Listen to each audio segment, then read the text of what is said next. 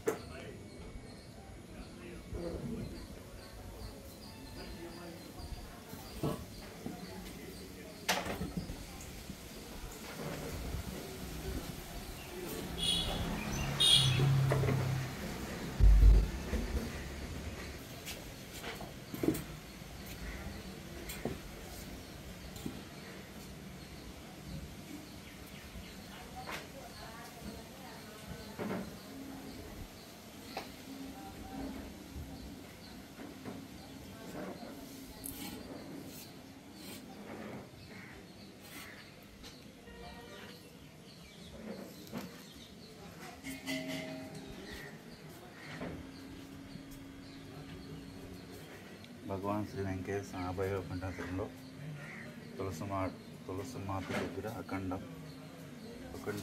అఖండ జ్యోతి దర్శనం. భగవాన్ శ్రీ వెంకటేశ్వర స్వామి అభయ కంఠంలో శ్రీ భగవాన్ వెంకటేశ్వర స్వామి వారి యొక్క హోమగుండం దర్శనం. స్వామివారి యొక్క సంపూర్ణ అనుగ్రహం. ఓం నారాయణ ఆదినారాయణ. శ్రీ భగవాన్ వెంకటేశ్వర స్వామి అభయ కంఠంలో హోమగుండం, అగ్నిగుండం కోటి లింగాల పూజ కదయ్యా అన్నట్టుగా దునంటే కోటి లింగాల పూజ కదయ్యా. ఓం నారాయణ ఆదినారాయణ. భగవాన్ శ్రీ వెంకటేశ్వర స్వామి అభయ కంఠంలో వైకుంఠాశ్రమంలో స్వామివారి పాదుకలు. ఓం నారాయణ ఆదినారాయణ. స్వామివారి యొక్క మూల స్వరూపాన్ని దర్శించండి. స్వామివారి యొక్క సంపూర్ణ అనుగ్రహాన్ని పొందండి. ఓం నారాయణ ఆదినారాయణ. భగవాన్ శ్రీ వెంకటేశ్వర స్వామి అభయ వైకుంఠాశ్రమంలో స్వామివారి యొక్క ఆరాధన కార్యక్రమం మహోత్సవం. ఓం నారాయణ ఆదినారాయణ. వెంకటేశ్వర స్వామి అభయ వైకుంఠాశ్రమంలో ఆరాధన మహోత్సవం కార్యక్రమాలు. ఈరోజు భగవాన్ వెంకటేశ్వర స్వామి వారి తొలి హారతి. అట్లాగే స్వామివారి యొక్క విశేష కార్యక్రమాలు, సత్సంగములు, భజన, నామ సంకీర్తన, అన్నదాన కార్యక్రమాలు, భక్తుల యొక్క మహిమలు వివరించుకోండి. ఓం నారాయణ ఆదినారాయణ. భగవాన్ శ్రీ వెంకటేశ్వర స్వామి వారి అభయ వైకుంఠాశ్రమంలో ప్రతినిత్యం స్వామివారి యొక్క హోమగుండ దర్శనము, స్వామివారి యొక్క మూల స్వరూపము, అట్లాగే స్వామివారి యొక్క మూల స్వరూపాన్ని దర్శించి ఎందరో భక్తులకి స్వామివారి యొక్క సంపూర్ణ అనుగ్రహాన్ని పొందిన వారు ఎందరో. అట్లాగే స్వామివారు అనేక గ్రామాలు పర్యటించి ఎన్నో గ్రామాల్లో కూడా కరువు కాటకాలని రూపుమాపడానికి అగ్నిగుండాన్ని స్థాపించి ఊరూరా అగ్నిగుండాలు స్థాపించి ఆ ఊరిలో ఉన్న కర్మలను తొలగించి ఆ ఊరి వారికి పుణ్యాన్ని ప్రసాదించి ఆ పుణ్యం ద్వారా వర్షాలను కానీ, ఆరోగ్యాలను కానీ, సంపదలను కానీ వారి యొక్క స్థాయిని బట్టి స్వామివారు అనుగ్రహించడం జరిగింది. అందుకని ప్రతి ఒక్కళ్ళం కూడా స్వామివారి శక్తుల్లో ఒకటి ఉంటుంది. వాళ్ళు ఉండేదాన్ని బట్టి కదా మనం ఉండేది అన్నట్టుగా. అందుకని ప్రతి ఒక్కళ్ళం కూడా ఎవరిని మనం కించపరచకుండా ఎవరి స్థాయి వారు ఆ స్థాయిలో భగవన్నామస్మరణ చేసుకుంటూ భక్తి ప్రయాణంలో మనం ప్రయాణిస్తే ఆ భగవాన్ వెంకటేశ్వర స్వామి యొక్క స్థితి మనకు అర్థమవుతుంది. భగవాన్ వెంకటేశ్వర స్వామి బాధ్యత తీసుకున్నా అంటే మనకి కష్టం అనేది తెలియదు, నష్టం అనేది తెలియదు. ఆ పరంపర అనేది వారి యొక్క స్థితి అర్థమైతే కానీ మనం వారి యొక్క సంపూర్ణ తత్వాన్ని అర్థం చేసుకున్నాం. అందుకని తత్వం అంటే యథార్థం. ఆ యథార్థాన్ని మనం తెలుసుకోగలిగితే స్వామివారు ఎప్పుడు మన వెంట ఉన్నట్లే. అందుకని స్వామివారు ఎప్పుడు మన వెంట లేరు అనుకోవాలని, మన వెంట ఎప్పుడు ఉంటున్నారు, మనతో అన్ని కార్యక్రమాలు చేపిస్తున్నారు. కాకపోతే తెలిసిన వారికేమో స్వామి యొక్క ఫలితం అర్థమవుతుంది, తెలియని వారికేమో కొంచెం లేటుగా అర్థమవుతుంది. తెలుసుకోవటం మానవ ధర్మం, అనుగ్రహించడం దైవ ధర్మం. అందుకని ప్రతి ఒక్కరు కూడా స్వామిని స్వామివారు వేసిన బాటలో, స్వామివారు వేసిన మార్గంలో మనం పయనించడానికి ప్రయత్నం చేద్దాం. అలా ప్రయాణించడానికి ప్రయత్నం చేస్తే స్వామివారి యొక్క అనుగ్రహం ఎల్లకాలం, సర్వకాల, ఎల్లకాల స్థితిలో ఉంటుంది. అందుకనే వారి శిష్యులు గురవయ్య గారు కానీ, గోపాల స్వామి వారు కానీ, నారాయణ దాస్ గారు కానీ, నారాయణ స్వామి వారు కానీ స్వామివారి యొక్క తత్వం యథార్థం బోధపడింది కాబట్టి స్వామివారిని ఎప్పుడు కూడా కనుగుడ్డుని రెప్పెట్లా కాపాడిందో అట్లాగే శిష్యులు స్వామివారి యొక్క స్థితిని తెలుసుకుని వారి చుట్టూ తిరుగుతూ ఉండేవారు. అయితే స్వామివారిని ఎన్నడూ కూడా అశ్రద్ధ చేయకుండా వారి యొక్క స్థితిగతులను బట్టి వారికి అనుగ్రహించడం జరిగింది. అది మనం తెలుసుకుంటే దాని యొక్క ఫలితం మనకు అర్థమవుతుంది.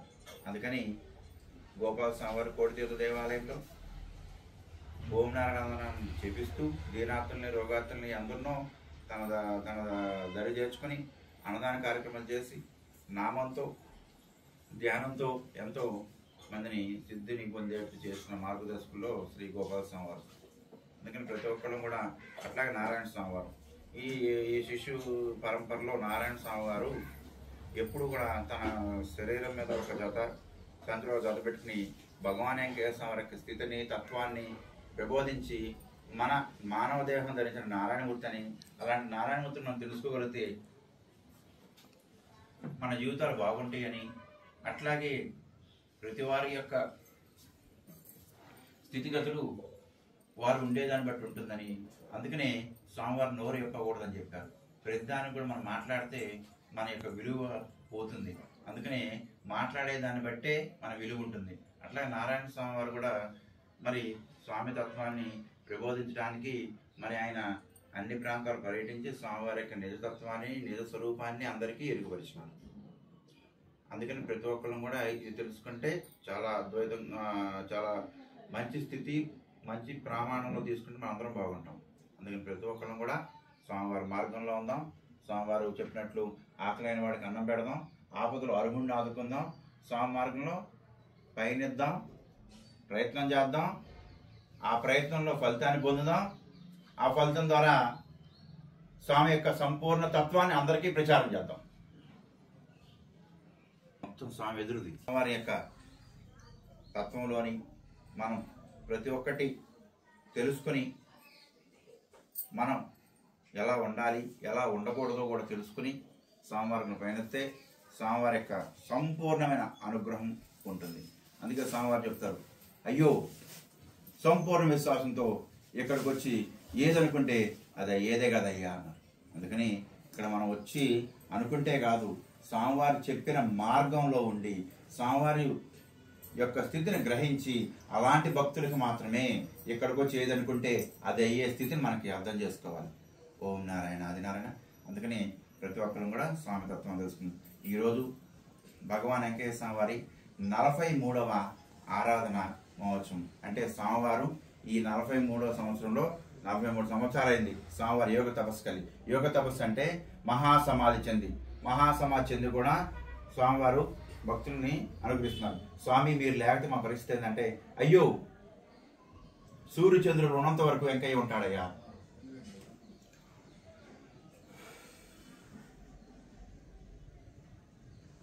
సూర్యచంద్రుడు ఉన్నంత వరకు వెంకయ్య ఉంటాడయ్యా అని చెప్పాం. అందుకని స్వామి మీరు లేకపోతే మేము ఇళ్ళకు కూడా పోకుండా మీరు సమాధి దగ్గరే కూర్చుంటా ఉంటే, అయ్యో మీరు అడవిలో కూర్చున్నా కూడా అన్నం వస్తుందయ్యా అన్నారు వెంకటేశ్వర. అలాంటి మహానుభావుడిని అలాంటి దైవాన్ని మనం నమ్ముకున్నామంటే, మన జీవితానికి పునాది వేసుకున్నామంటే మన తరతరాలు ఆ భగవాన్ వెంకటేశ్వర యొక్క దివ్య ఆశీస్సులు ఉంటాయని మనం మనస్ఫూర్తిగా నమ్మి ఆ స్వామిని శరణవేరుదాం. జై శ్రీమన్నారాయణ. భగవాన్ శ్రీ వెంకటేశ్వర అభయవైకుంఠాశ్రమం సంఘం జాగర్లముడి. తెనాల నుండి సంగంజారముడి గ్రామం 7 కిలోమీటర్లు, తెనాల నుండి గుంటూరు వైపు వెళ్ళే మార్గం సంగంజారం గ్రామం ఉంది. ఆ గ్రామంలో శ్రీ భగవాన్ వెంకటేశ్వర అభయ వైకుంఠాశ్రమం ఉంది. అభయ వైకుంఠాశ్రమంలో శ్రీ దొనవాడ కామాక్షమ్మ వారి మందిరం ఉంది. ఆ మందిరంలో శ్రీ కామాక్షమ్మ వారిని దర్శించండి. భగవాన్ శ్రీ వెంకటేశ్వర వారి యొక్క దివ్యమైన అనుగ్రహాన్ని పొందండి. అట్లాగే అమ్మాయి యొక్క దివ్య ఆశీస్సులు పొందప్రదన. ఓం నారాయణ, ఆది నారాయణ. మీ గంగాధర స్వామి. ఆది నారాయణ. ఇవాళ మనందరం కలిసామంటే అది సాక్షాత్తు శ్రీమన్నారాయణ స్వరూపుడు, సాక్షాత్తు శ్రీమన్నారాయణ స్వరూపుడు శ్రీ భగవాన్ వెంకటేశ్వర స్వామి వారు. ఈ రోజుకి భగవాన్ వెంకటేశ్వర స్వామి వారు యోగ తపస్సుకి వెళ్ళి 43 సంవత్సరాలు. ఈ 43 సంవత్సరాల్లో భగవాన్ వెంకటేశ్వర స్వామి వారు నమ్మిన వారికి నమ్మినంత ఇచ్చాడు.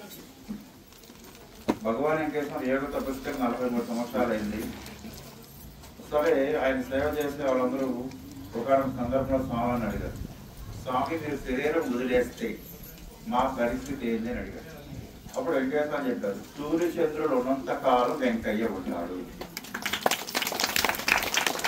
నువ్వు ధర్మంగా ఉండి నా వైపు చూస్తే నేను మీ ఇంట్లోనే ఉంటా అన్నాడు వెంకటేశ్వర.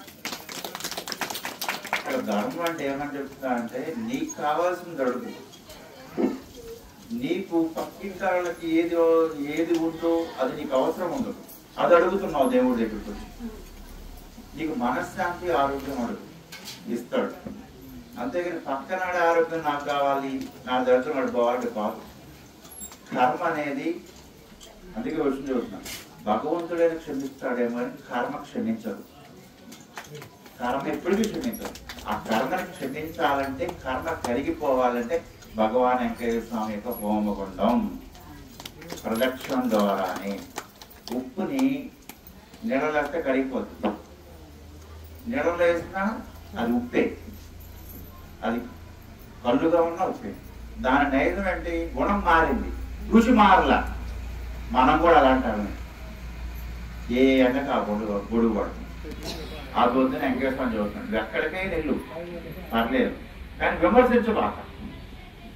నువ్వే పనైనా చెయ్యి, అంతేగాని విమర్శిస్తే దానికి ఫలితం. అందుకనే ఈ శిష్యులందరూ అడిగారు, స్వామి మీరు చోటకి వెళ్తే మా పరిస్థితి ఏంటి అని. సూర్యచంద్రుడు ఉన్నంత కాలం నేనున్నా, మీరు ఏది అడిగితే అది ఇవ్వటానుకున్నా, కానీ మీరు సరిగ్గా ఉన్నారా? అందుకని స్వామి చెప్తారు, వాళ్ళు ఉండేది అన్నట్టు కదా మనం ఉండేది అన్నాడు. మనము ఎలా ఉంటామో ఆయన అలాగే ఉంటాడు.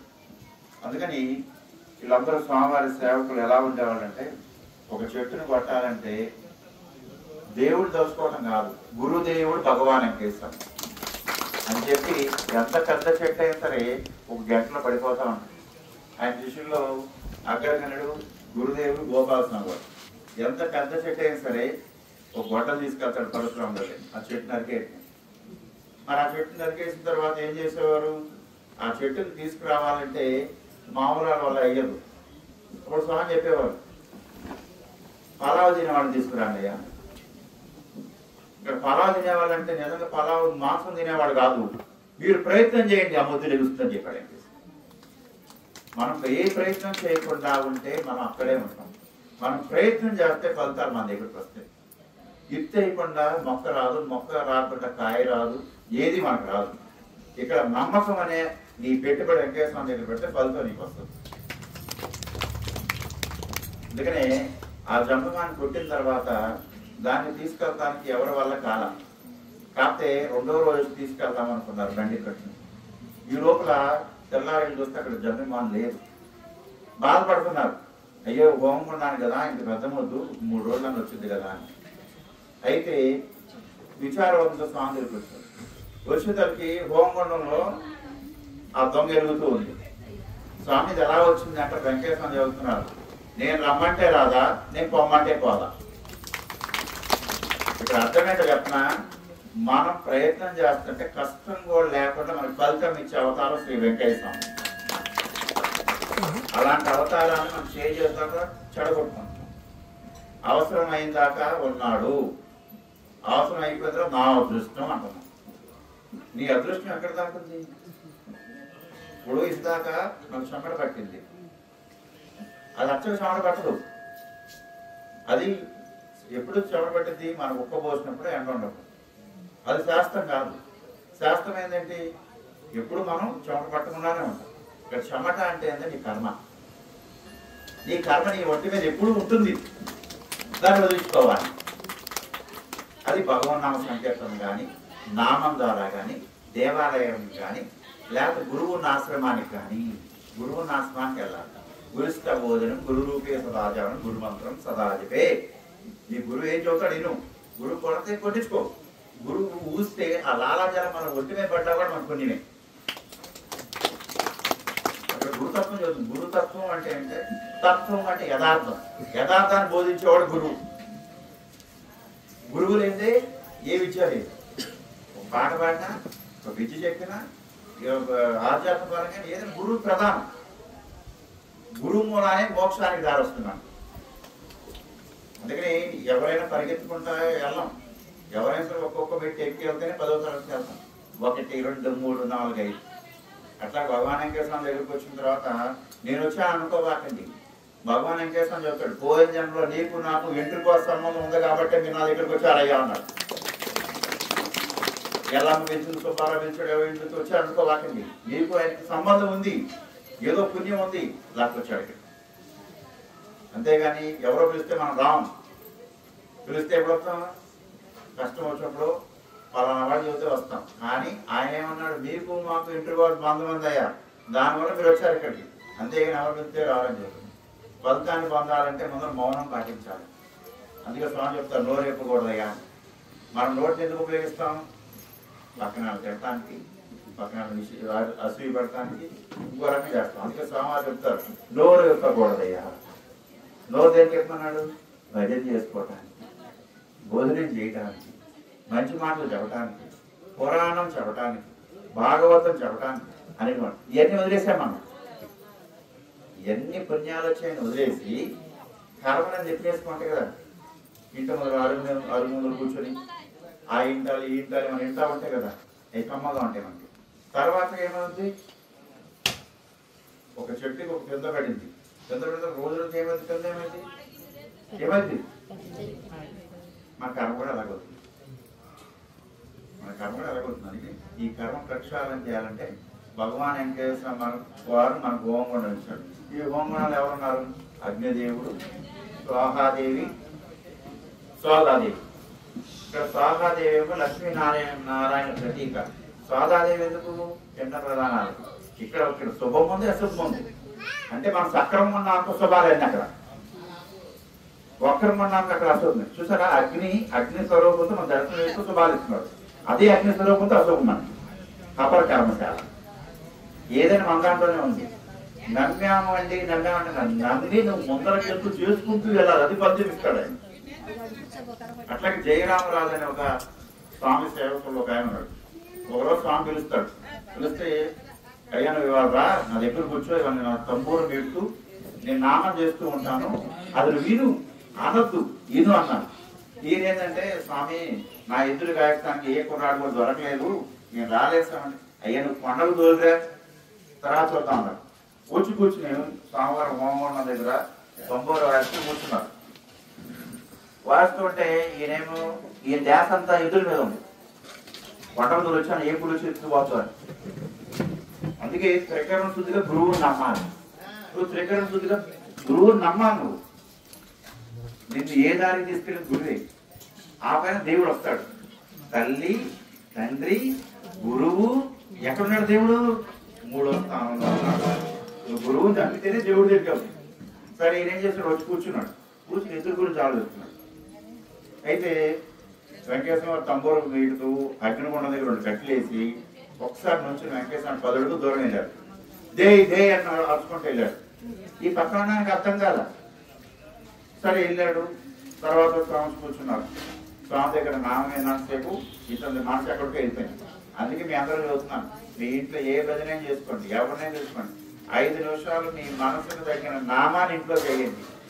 ఇవాళ ఈ గదిలో చేశారనుకోండి, తర్వాత ఇంకో గదిలో చేయండి. అట్లా మీ ఇంట్లో మొత్తం ఎన్ని గదులు అన్ని గదులు మీకు ఇష్టమైన నామాన్ని చేయండి. మీ ఇంట్లో నెగిటివ్ వెళ్ళిపోతుంది, నీకు వ్యతిరేకం వెళ్ళిపోతుంది, నీకు అనుకూలం వస్తుంది. అందుకే నామమే నడిపించురా. ఎన్ని కష్టములు ఉండదు. వెంకయ్య స్వామి చూసి నేర్చుకో నామం ఎంత గొప్పదో. ఎందుకంటే చదువుకున్న వారికి కానీ చదువు లేని వారికి కానీ ఎవరికైనా అర్థమయ్యే విధంగా నామాన్ని ఇచ్చాడు. సరే తెల్లారి స్వామి దగ్గర నమస్కారం చేసి వెళ్ళిపోయాడు. వెళ్ళిపోయిన తర్వాత అక్కడ పొత్తులు కాపర్లు ఉన్నారు. నిన్న చెప్తున్నాడు అనమాట, అయ్యా నిన్న నీ ఎద్దు మీద పులుచి మీద పడిపోయింది, ఆ ఏలు ముద్ర పిచ్చెంకి ఉన్నాడు కదా, తమ్ములతో తరిమేశాడయ్యా అన్నాడు.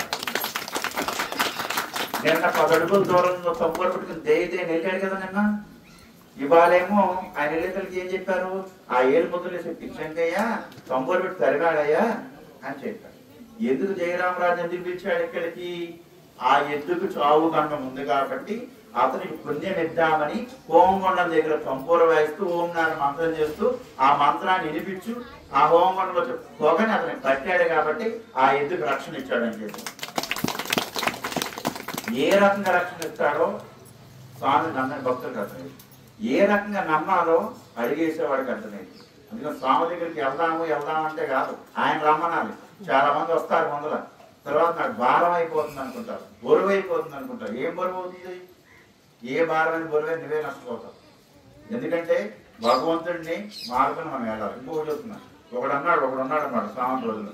స్వామిని పోయిన జన్మలో పాపం చేశాను, ఈ జన్మకు అనుభవిస్తున్నాను స్వామి, నా పరిస్థితి ఏంటంటే ఏముందయ్యా రోజు నా మొహం చూసి వెళ్ళాను, రోజు నీ మొహం చూసి వెళ్ళాలని నీకు అప్పుడు ఏం పుట్టింది? జుట్టు పుట్టింది.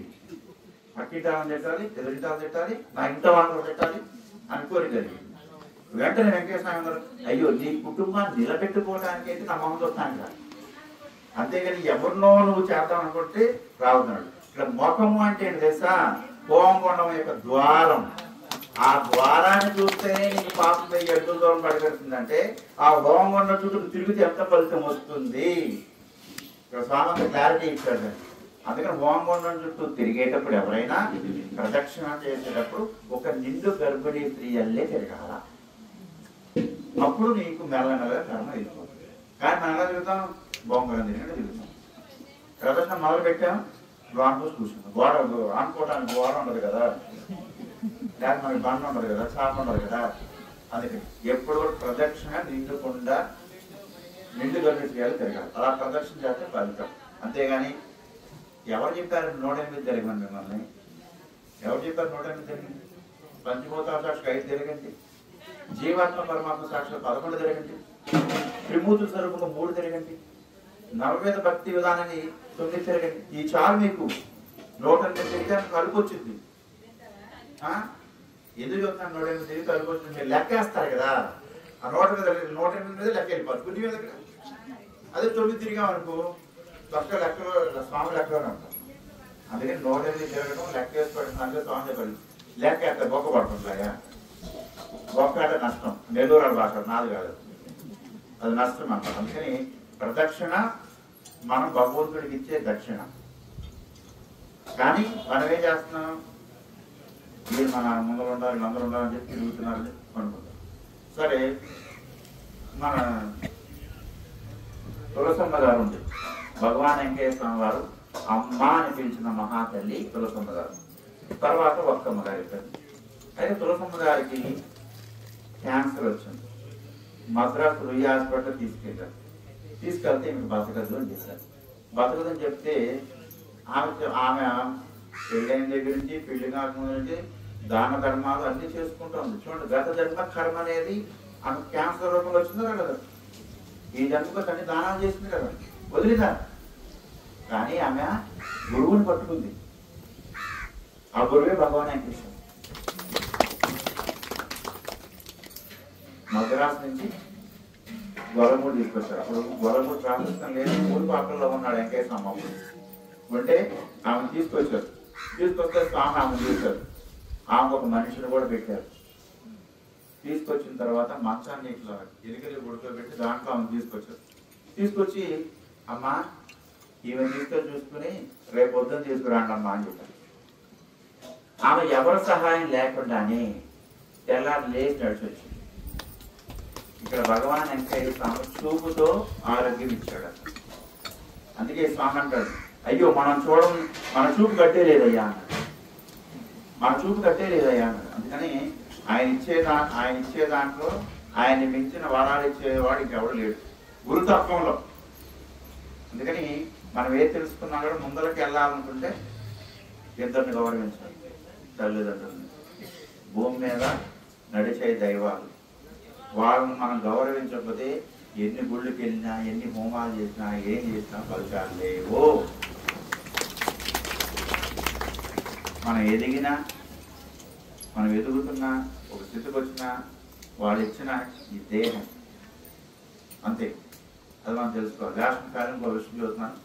ఆమెకి ఆరోగ్యం వచ్చేస్తుంది, అయిపోయింది. అట్లాగే భగవాన్ వెంకటేశ్వర వారికి నమ్మిన భక్తుడుగా ఉన్న రోసిరెడ్డి గారు ఎప్పుడు గురునామస్మరణతో చేస్తూ భిక్షాటన చేస్తూ ఉండేవారు. ఆయనకి కళ్ళు కనపడవు. భిక్షాటనకి వెళ్తున్నప్పుడు స్వామివారి యొక్క దారం కనపడుతుందా, స్వామివారి రక్ష, ఇది దారి చూపించే తెల్లగా వెళ్ళి ఇవాళ నేను తేగలుగుతానా అనుకుంటాను. ఈరోజు భక్తులు ఎక్కువ వస్తే భిక్ష ఎక్కువ దొరికింది, తక్కువ వస్తే తక్కువ దొరికింది. వెళ్ళి ఇచ్చేసి తీసుకొచ్చిన తర్వాత ఆయన వెంట దారిలో ముళ్ళు ఇవన్నీ ఉన్నా కూడా ఈ రోజు తగిలి పడటంగా నేను లేదు. తీసుకొచ్చి ఇచ్చి స్నానం చేసి పాలు తాగి పడుకున్నాను. మళ్ళీ రేపు ఉదయం భిక్షకి వెళ్ళే సమయానికి అప్పుడు మళ్ళీ ఓపిక వచ్చింది. అంటే గురునామస్మరణ చేసి గురుతత్వంలో ఆయన కొన్ని నామం అలాంటిది. అట్లాగే ఆయన కొన్ని సంవత్సరాల వయసులో ఉన్నప్పుడు అయ్యా నీ ఊరు పోయి నిమ్మొక్కలు నాటరయ్యా అన్నాడు. నిమ్మొక్కలు నాటరమ్మాయంటే భార్య పిల్లలు ఏం చేశారు, నువ్వేమో వెంకటేశ్వర పోతావు, ఈ నిమ్మొక్కలు నాటమంటావు, దీనికి నీళ్ళు ఎవరు పోతారు, ఈ మా వల్ల కదన్నా. ఏం చేశాడు వెంకటేశ్వర, మొక్కలు నాటించి 50 రూపాయలు వచ్చేసాడు. రాగానే చూస్తా భార్య ఊరుకోలేదు కదా, నీళ్ళు పోతే బతికించారు. బతికించిన తర్వాత వెంకటేశ్వర మళ్ళీ ఏం చేశారు రోసిరెడ్డి గారిని, అయ్యా ఈ ముంతలో నీళ్ళు తీసుకెళ్ళి ఈ పొలాన్ని మొత్తం చల్లేసి ఒకే తూరి కాపొస్తాయ్యా అన్న. అట్లాంటి స్వామి చెప్పాడు, ఒకే తూరి కాపొచ్చు. అయితే ఆ ప్రాంతంలో ఉన్న పొలం అది ఎకరన్నర 2 ఎకరాల పొలం అది. ఈ పొలాన్ని మీరు అమ్మవాకండి, రాబోయే రోజుల్లో దీని విలువ పెరుగుతుంది. ఈ ప్రాంతానికి సిరిమెల్ల అని పేరు పెట్టుకున్నాడు. సిరిమెల్ల అంటే అక్కడ సిరులు కురుస్తాయి అని. కానీ పెద్దలు చెప్పినా గురువులు చెప్పినా మన మంచిగా అనుకుంటే పైకి వస్తాం. ఈడెవడో మనం చదువుతున్నాడు మనకెందుకున్నా అంటే అది దోషం. నేను నచ్చకపోతే తలచుకునేది విమర్శిస్తూ తర్వాత కర్మ అనుభవించాలి, దాని ద్వారా రోగానికి వెళ్ళాలి, దాని ద్వారా హాస్పిటల్ పోవాలి, తర్వాత డాక్టర్ గారు పడాలి. అంతే కదా. చూడండి, ఒక్క దాని మూలంగా డాక్టర్ గారికి వ్యాపారం జరుగుతున్నాడు. అవునా కదా. అంటే ప్రతి ఒక్కరం కూడా దీన్ని మరంట కోళ్ళంట నాలుగుతో చదువుతాయి అంట. నీకు బాగా నవ్వులు మెత్తగా పెడుతున్నాం కదా, నువ్వు నోరు జారుతున్నావు, ప్రతి ఒక్కరు నా కోళ్ళు రాలగొడతా అంటున్నాడు. చక్కగా నీకు నవ్వులి ముద్ద పెడుతున్నా మింగేదాన్ని నువ్వు, ఎవరు చూస్తున్నా కోళ్ళు మీద పడుతున్నాయి అంటున్నారు. అందుకని ప్రతి ఒక్కరు కూడా జాగ్రత్తగా ఉంటే ఫలితం బాగుంటుంది. వెంకటేశ్వర వారికి, శ్రీ కామాక్షమ్మ తల్లికి, శ్రీ గంగాధర స్వాముల వారికి, శ్రీ గంగాధర స్వాముల వారికి, శ్రీ గంగాధర స్వాముల వారికి, జై బలో భరగమూడి వెంకటేశ్వర వారికి, జై బలో భరగమూడి వెంకటేశ్వర వారికి, శ్రీ కామాక్షమ్మ తల్లికి, శ్రీ కామాక్షమ్మ తల్లికి, శ్రీ గంగాధర స్వాముల వారికి, శ్రీ గంగాధర స్వాముల వారికి, శ్రీ గంగాధర స్వాముల వారికి.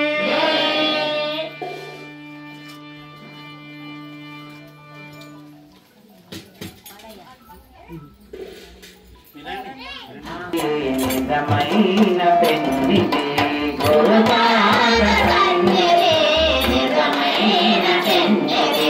గురి తప్పని నిజ దృష్టికి గురుతే పాపమన్నది.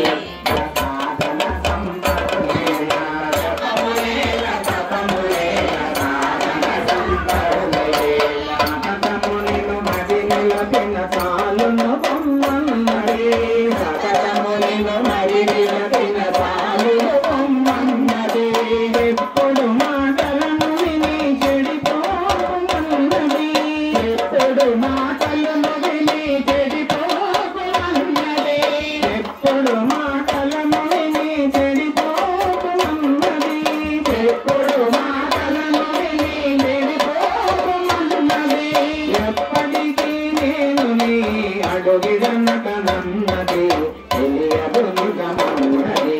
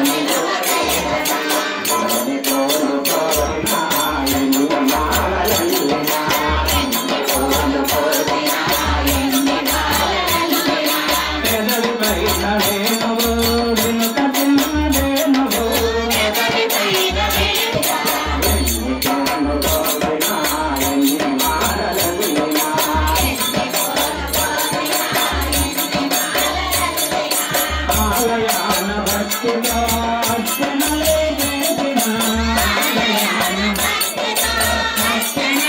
చేసిన ఆరాధన నీవే మాధవుడవు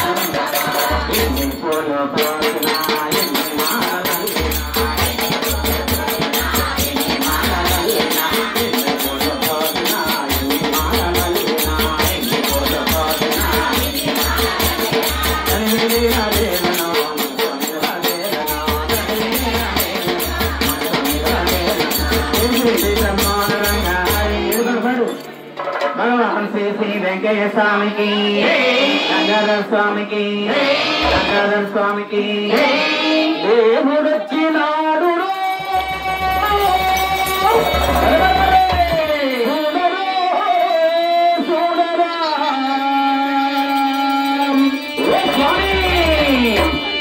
గంగాధర స్వామిలో బరే బరే బరే వచ్చారు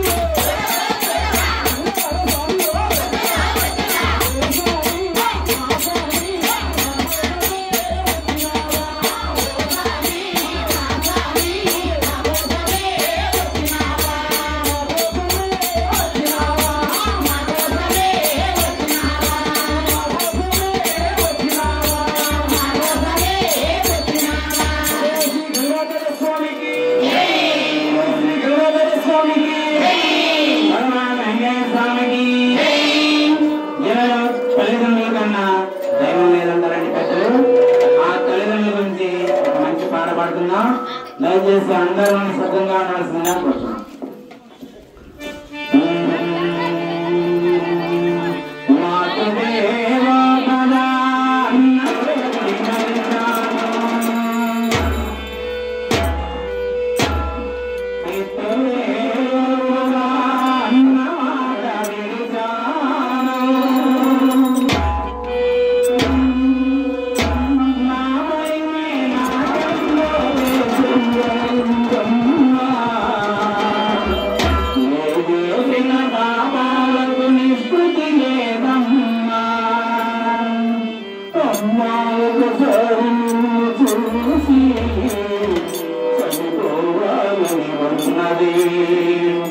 నానాని ఒక్కసారి పిలిచి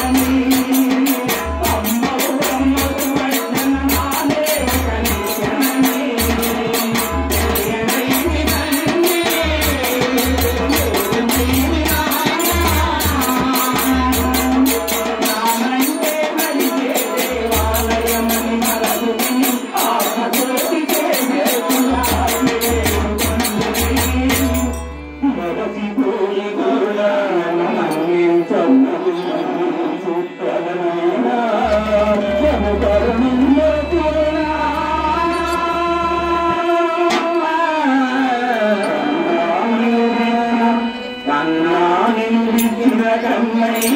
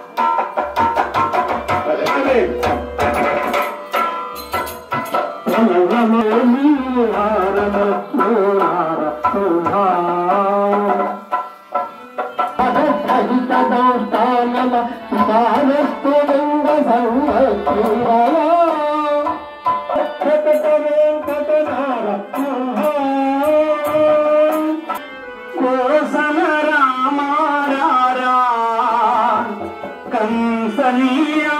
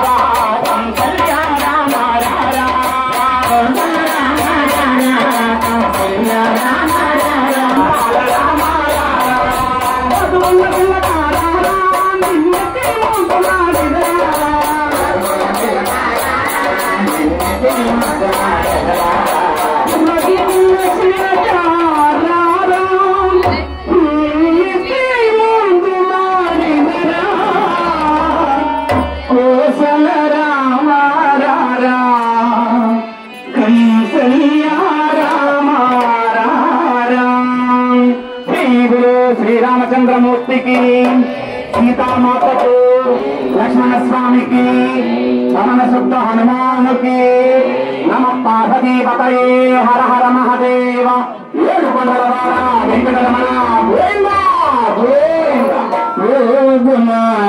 गोविंदा स्वामी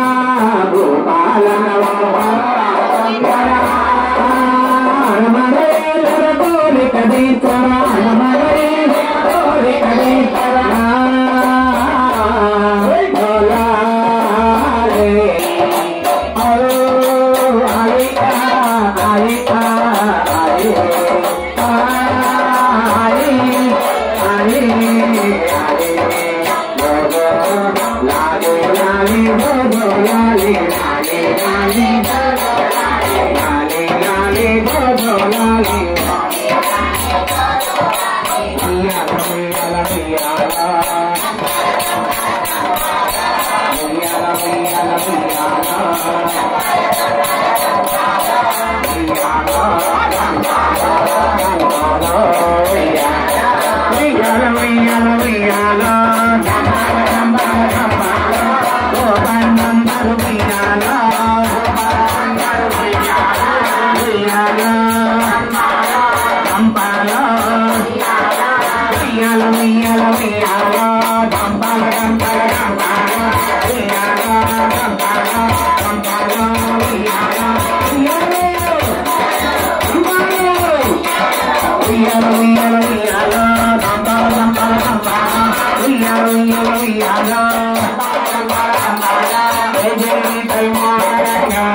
भगवान श्री स्वामी की स्वामी की सुधा हनुमान की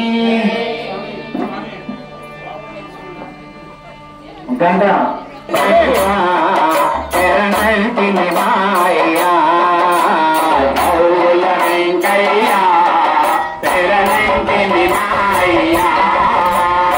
ओम नारायण आदि नारायण आदि नारायण ओम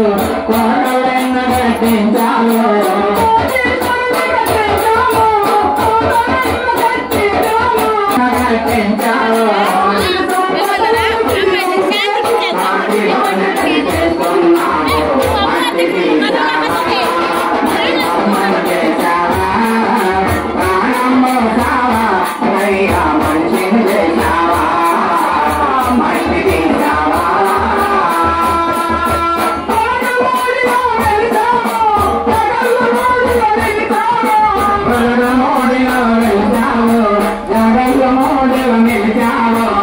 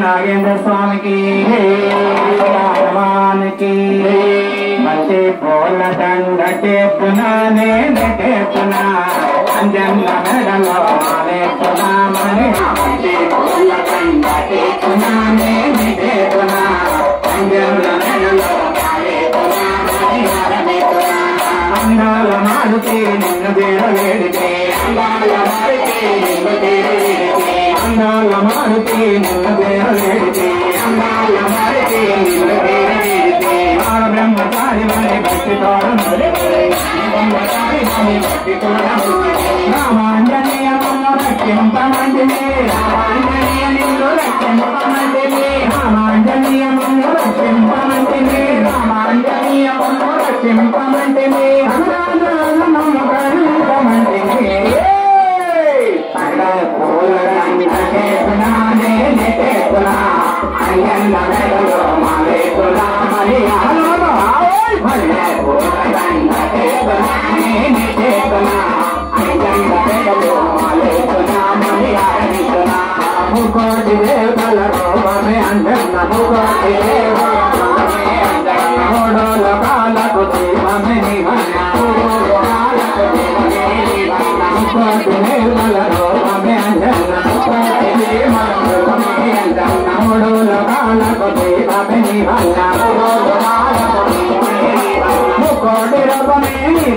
తేజమయ ముకోటి రూపమే నీ దివ్య తేజమయ ముకోటి రూపమే